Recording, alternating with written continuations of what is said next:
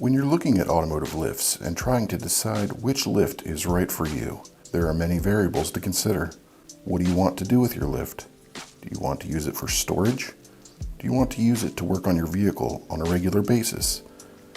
Besides how you will utilize your lift, there are also variables inside of your garage that you need to consider before you make your purchase.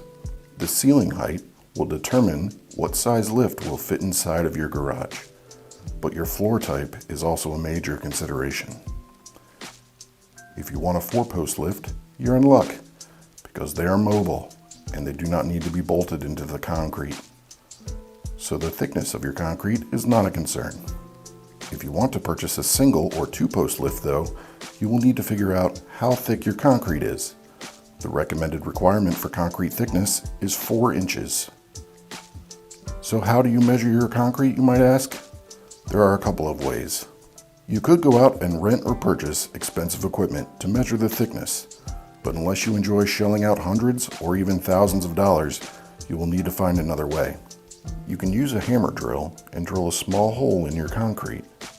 Then you will need to fashion a straight piece of metal, curved at the end, and feel around until you can hook onto the bottom of your concrete pad. Make a note of how deep the metal piece is and measure it from there. If your concrete is 4 inches or over, your concrete pad is able to have a single or 2-post lift installed. Once you have your floor type and garage size determined, you're ready to purchase your new lift and raise your garage game to new heights.